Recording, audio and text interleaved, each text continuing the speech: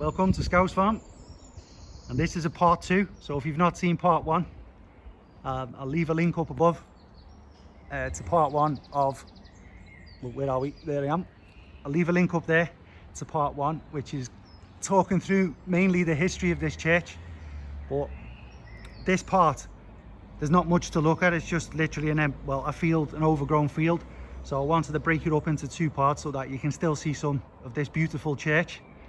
And I'd like to say I've done it by design, but basically I forgot to say something on the first video, so that's why it's now a part 1 and a part 2.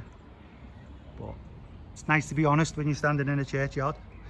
And this part's the addition you're looking at now to All Saints Church, is part of the 1905-1906 rebuild that was mentioned in part 1. But now I can give you a little closer look at the staggering architecture.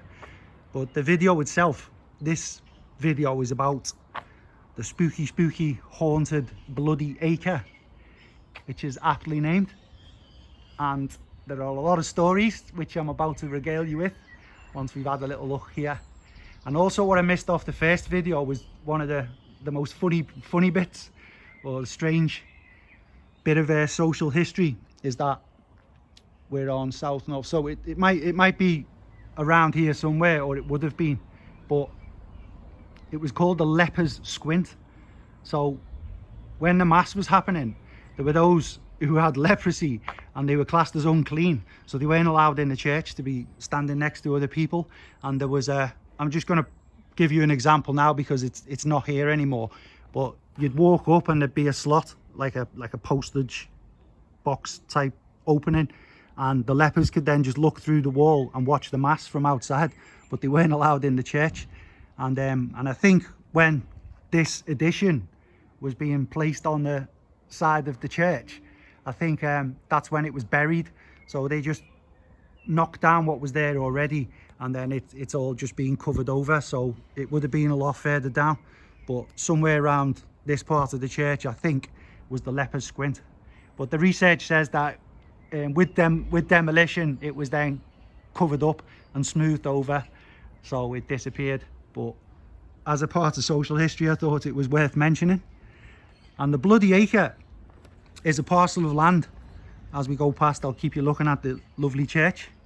It's a parcel of land measuring 550 by 135 feet, and it's now just overgrown, disused, and it's adjacent to the graveyard, which I'll spin you around and talk through the history in a second. But just as a case in point, to prove I got the date right, you can see on top of the hopper underneath the grotesque, you've got 1905 there.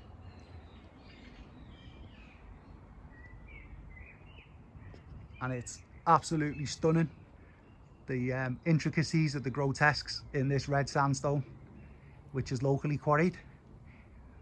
A Liverpool building through and through. So let's get to talking about the Bloody Acre. And there are stories of why it got its name, dating back to theories about bloody battles during the English Civil War. And also there's a theory, or a reason as to why it got the name in the record books, because it was supposedly covered in like a dark red coloured plant, but there is no evidence or pictures to show that. So further stories have abounded as to why it's got the term Bloody Acre.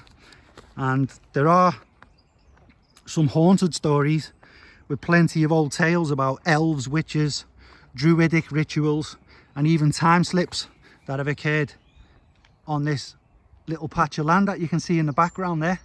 So there's no point going right up to the wall because there's nothing to see. And it's not that I'm superstitious and I don't want to get close to it. But I'm going to hedge my bets and stay on this side of the acre. So you're looking at time slips as well. Liverpool has a few stories about time slips, and I've even done a video in Bold Street. So if you've not seen that, have a look on the channel, and there's a video about mysterious time slips in Bold Street. But the evidence is a bit sketchy, and some people believe it to be true, some people don't. But it's just, there's no point arguing about it. You just have to say what the research suggests. So I'll leave others to talk about that. But it is said that anyone who builds on this Bloody Acre site will meet with a violent death. And apparently in 1937, the Liverpool Corporation, which is the forerunner to what is now Liverpool City Council, they declared that this acre must never be used for agriculture or housing, and must especially never be consecrated or brought into the fold of the church, so to speak. Or if it was used as a graveyard, a very terrible curse would fall upon anyone who did so. And it is a bit strange that it's just been left to go overgrown, but it sits there anyway, because on the other side of it there's a park. So, and then a little bit further up behind that fence where I'm pointing now, there's like a community garden thing. So I think this is the little patch of land that's just been left to go to seed, and no one ever does anything with it. But around 2,000 years ago, Childwall was inhabited by Celts, who were said to have been obsessed with the occult and druidic in nature.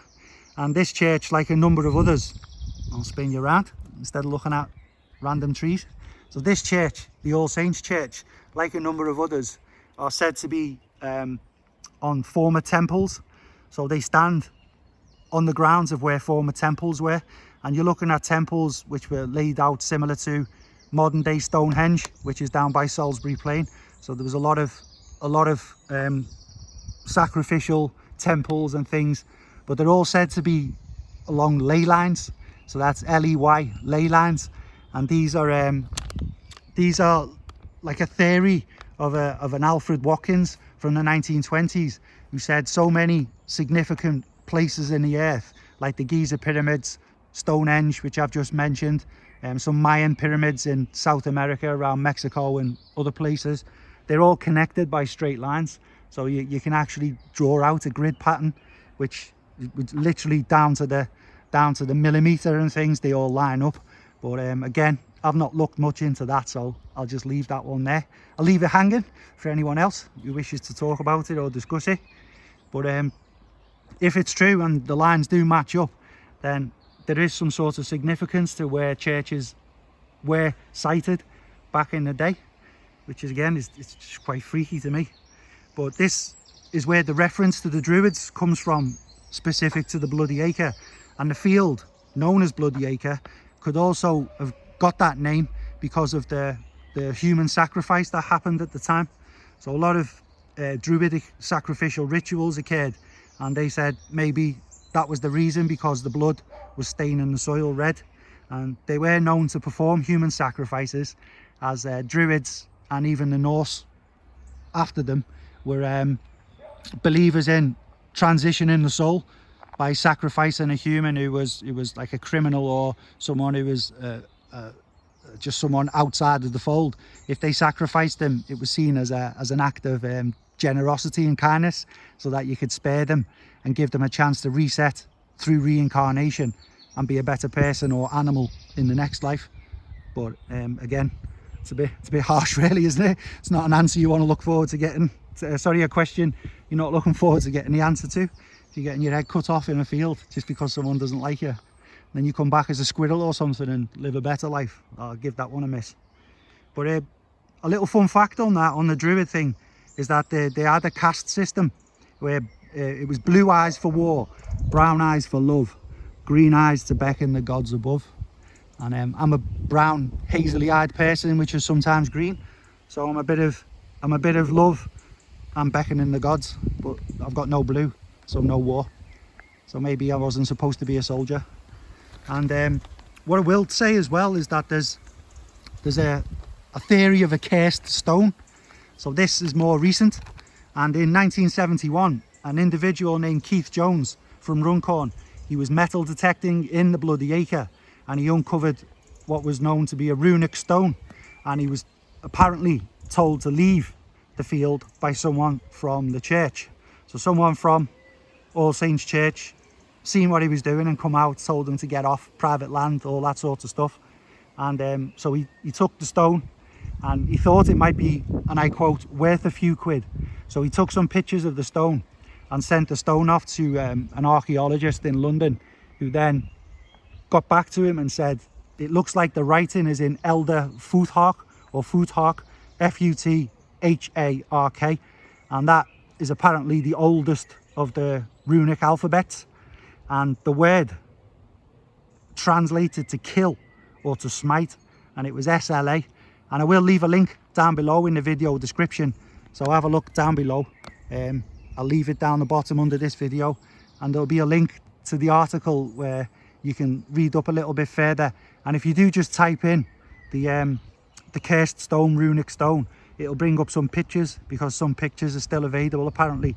But yeah, it was again linked to human sacrifice, because that was likely to be what the stone was mentioning. And it was said to be a cursed stone because after he found it, apparently the story goes, and I use the word story because that's what it is till you know any different. He suffered an inordinate amount of bad luck after finding the stone, and he was said to have wanted to send the stone back to the deacon or the person who was in charge of All Saints Church. And just as he was going to send it back to get it out of his possession, he apparently suffered a massive heart attack and passed away.